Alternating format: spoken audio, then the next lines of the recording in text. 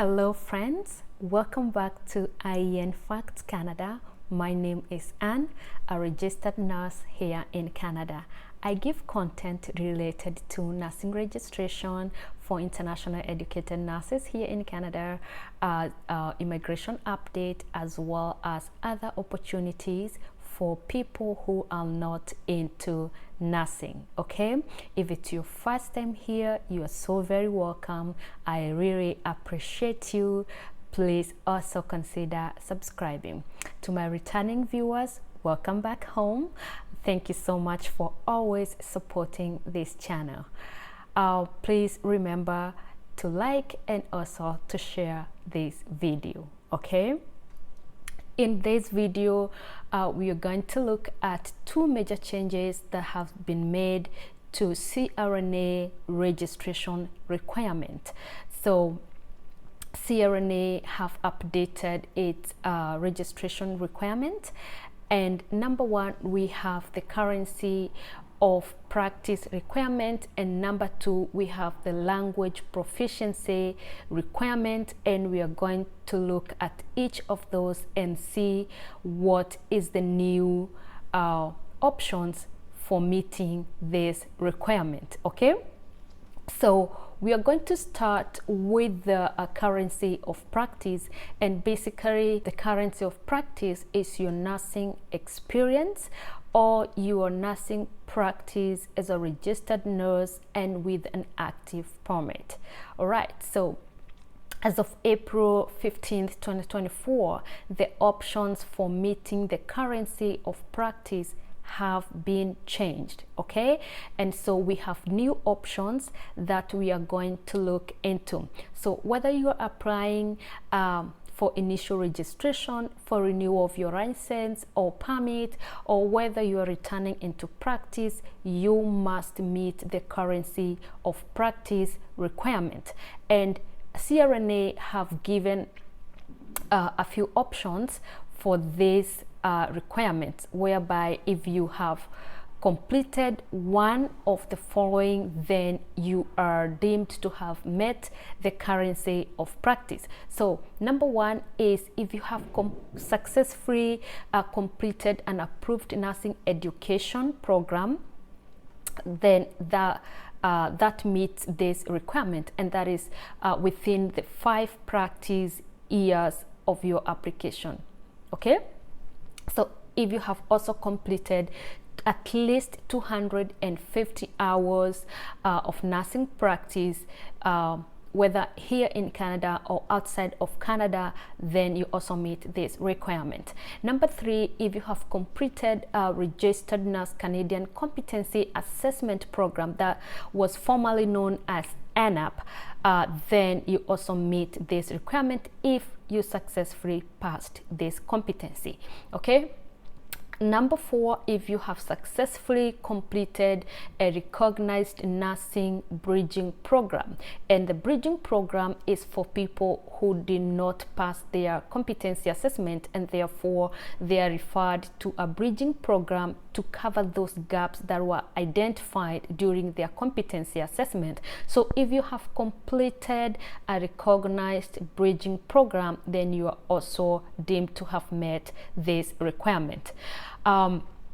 Number 5 is if you have successfully completed an approved program that leads to re-entry to practice or to nursing practice, and that is like a refresher course, especially for people who have been out of practice and now they want to return to practice. So if you have successfully completed a refresher program, then you meet this requirement. Finally, is that if you have completed a nursing course either at a college level or a university level, then you might meet this requirement, because this is at the discretion of the registrar. So the registrar will determine whether your course meets this requirement. So those are the various options that you have to be able to meet the requirement, this requirement. Okay,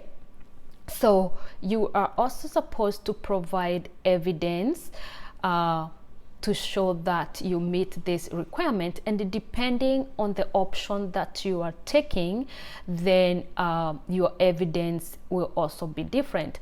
So for those who have completed a nursing program, then you are supposed to provide an official transcript or a certification of completion, and your education institution should send this to CRNA directly. So you're supposed to request your education institution to send your transcript or your certification of completion to CRNA. Okay. For those who are going to go with the supervised program, then you're going to provide an evaluation form, and this evaluation form is going to be sent to the CRNA. All right. So the other way to show your evidence is your assessment program report, and this report should also be sent to CRNA. So if you have completed the Registered Nurses Canadian Competency Assessment Program, formerly known as ANAP, then your report should be sent to CRNA. Or if you have an advisory report from NNAS, then you can also provide that report. You might be having some questions when it comes to the currency of practice. So if you are unable to meet the currency of practice requirement, so what should you do? So the first thing you need is to contact CRNA registrar to discuss your other options. If you meet all the other requirements and you do not meet this currency of practice requirement, what should you do? So the only thing that can help you is just to reach out to the registrar navigator, and then they are going to assist you with other options of meeting this requirement. Okay. So if you have been practicing as a licensed practical nurse and now you want to register with the CRNA as a registered nurse, does your LPN hours count? Your licensed practical nursing hours do not count for registration as a registered nurse. Okay, so you must choose another option for you to meet this requirement. All right.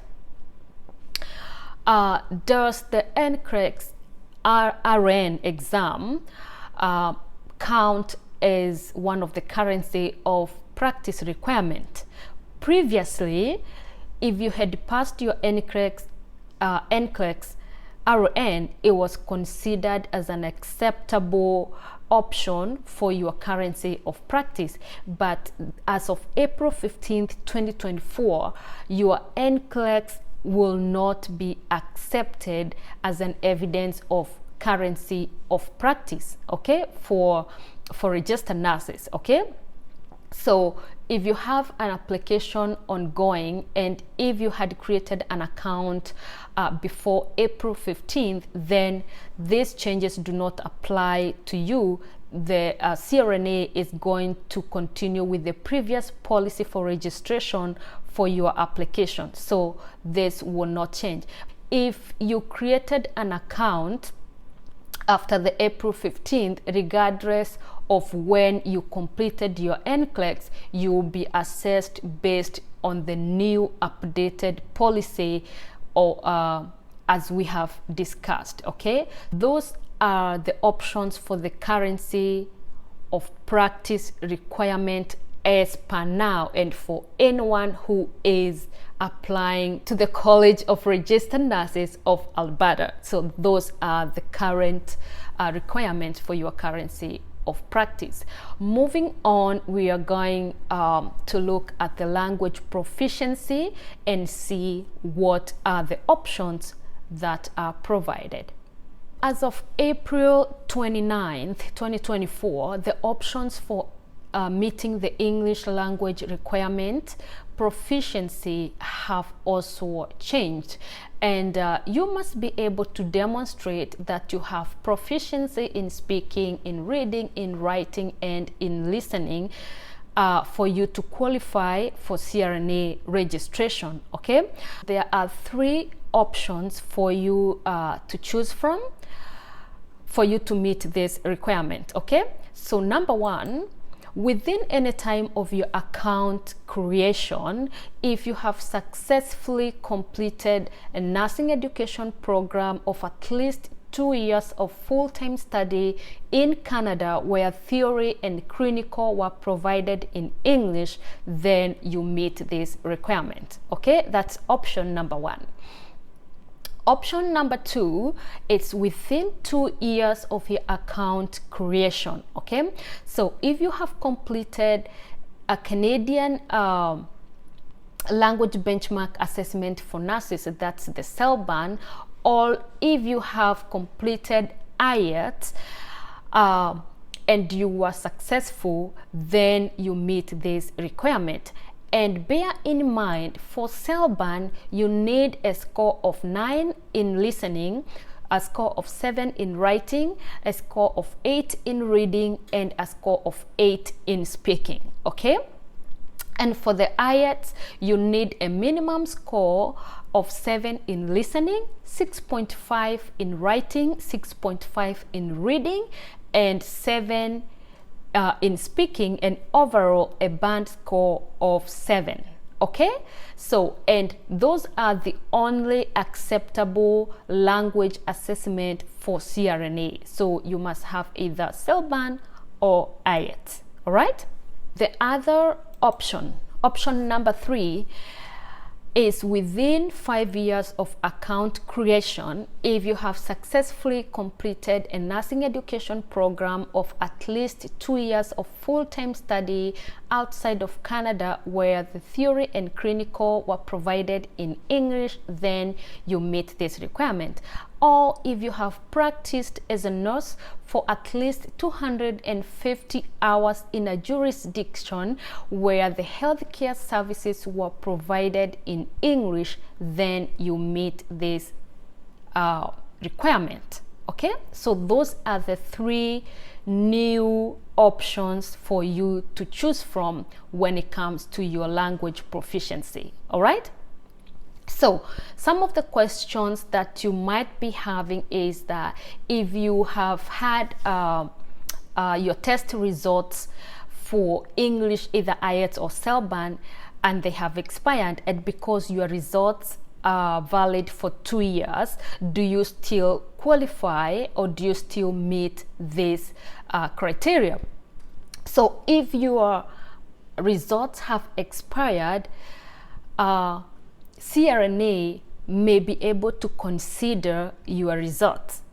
So it's a gray area because it's not assured that you have met this requirement already, but it says that CRNA may consider those results. Okay, so the other thing is if you have passed NCLEX RN, do you meet this requirement? Previously, if you had passed NCLEX RN, you were deemed to have met this requirement, but as per now, NCLEX RN no longer qualify as an evidence for language proficiency requirement, so that doesn't count anymore. The other question that you might be having is, do you have to sit for an exam for you to meet this proficiency? And the answer is no. You can pick one of the options provided, but if you do not have any other option to pick from, if you do not qualify for the other 2 options that are provided, then I am afraid you will need to sit for an exam for you to qualify. The other question will be, does CRNA accept any other language test? The answer is no. CRNA only accepts CELBAN or IELTS. Okay, so those are some of the questions that you might be wanting to know. And If you have any other question regarding these two changes, kindly leave it in the comment section and I'll try to answer them to the best of my knowledge.